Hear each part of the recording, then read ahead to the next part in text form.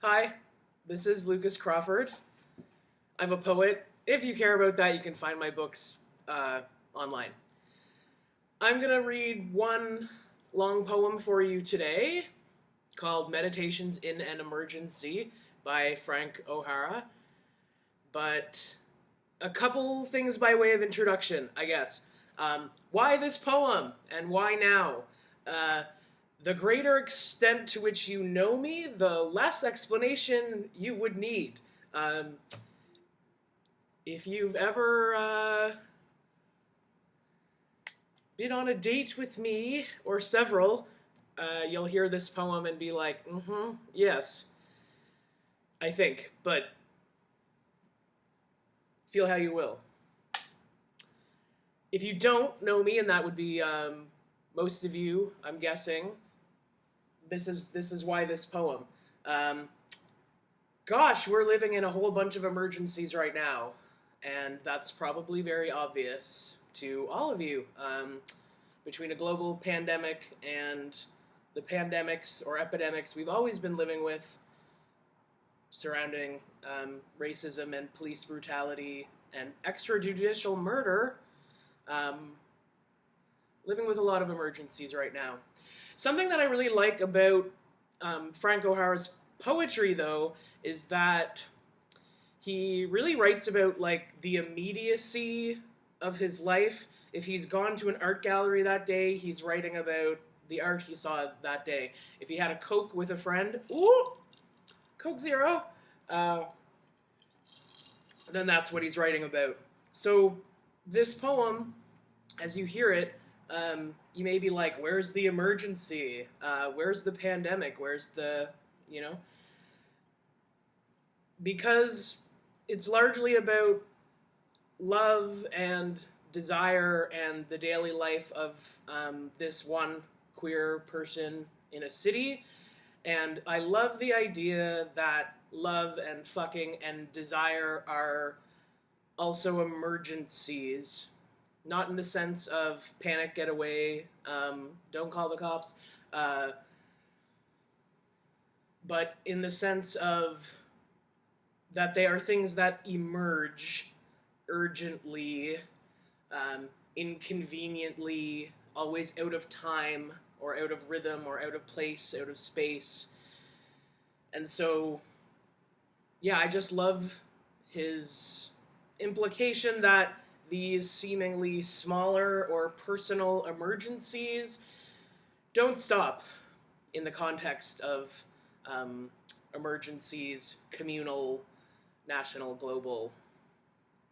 Yeah. So here's the poem. Sorry for professoring briefly there. Meditations in an Emergency. Am I to become profligate as if I were a blonde? Or religious as if I were French? Each time my heart is broken, it makes me feel more adventurous. And how the same names keep recurring on that interminable list. But one of these days, there'll be nothing left with which to venture forth. Why should I share you? Why don't you get rid of someone else for a change? I am the least difficult of men. All I want is boundless love. Even trees understand me. Good heavens, I lie under them too, don't I? I'm just like a pile of leaves. However, I've never clogged myself with the praises of pastoral life, nor with nostalgia for an innocent past of perverted acts in pastures. No. One need never leave the confines of New York to get all the greenery one wishes. I can't even enjoy a blade of grass unless I know there's a subway handy, or a record store, or some other sign that people do not totally regret life. It is more important to affirm the least sincere. The clouds get enough attention as it is, and even they continue to pass. Do they know what they're missing? Uh-huh. My eyes are vague blue, like the sky, and change all the time. They are indiscriminate, but fleeting. Entirely specific and disloyal, so that no one trusts me. I'm always looking away, or again at something after it has given me up. It makes me restless, and that makes me unhappy, but I cannot keep them still. If only I had gray, green, black, brown, yellow eyes, I would stay at home and do something. It's not that I'm curious. On the contrary, I am bored. But it's my duty to be attentive.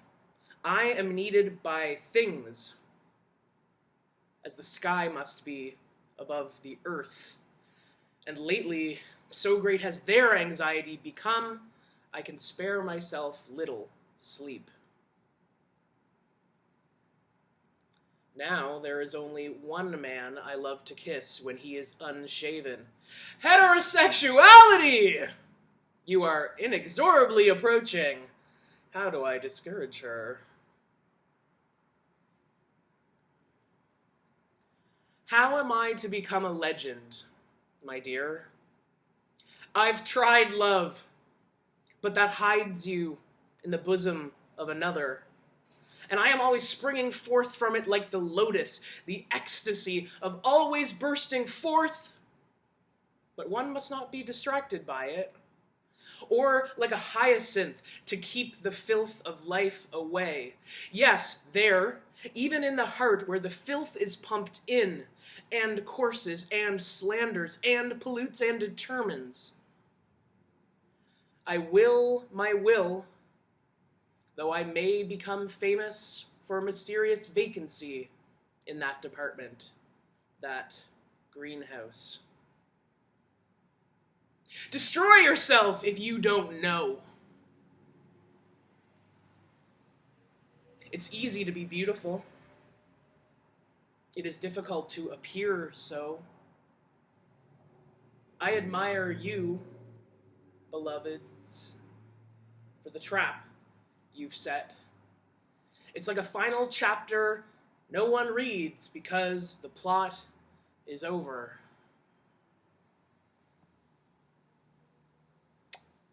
I've gotta get out of here. I choose a piece of shawl and my dirtiest suntans. I'll be back. I'll reemerge, defeated, from the valley. You don't want me to go where you go, so I go where you don't want me to. It's only afternoon. There's a lot ahead. There won't be any mail downstairs. Turning. I spit in the lock and the knob turns.